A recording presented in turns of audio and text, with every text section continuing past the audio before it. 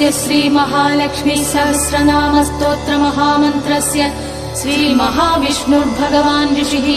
अनुष्टुप् छन्दः महालक्ष्मीः देवता श्रीं बीजम् ह्रीं शक्तिः ह्रैं कीलकम् मम सर्वपीठा परिहारार्थम् सर्वदुःखदुरितदारिद्र्यविनाशार्थम् सर्वाभीष्टसिद्ध्यर्थम् च श्रीमहालक्ष्मी प्रसादसिद्ध्यर्थे जपे विनियोगः। ध्यानम् पद्मानने पद्मकरे सर्वलोकैकपूजिते सान्निध्यम् कुरु मे चित्ते विष्णुवक्षस्थलस्थिते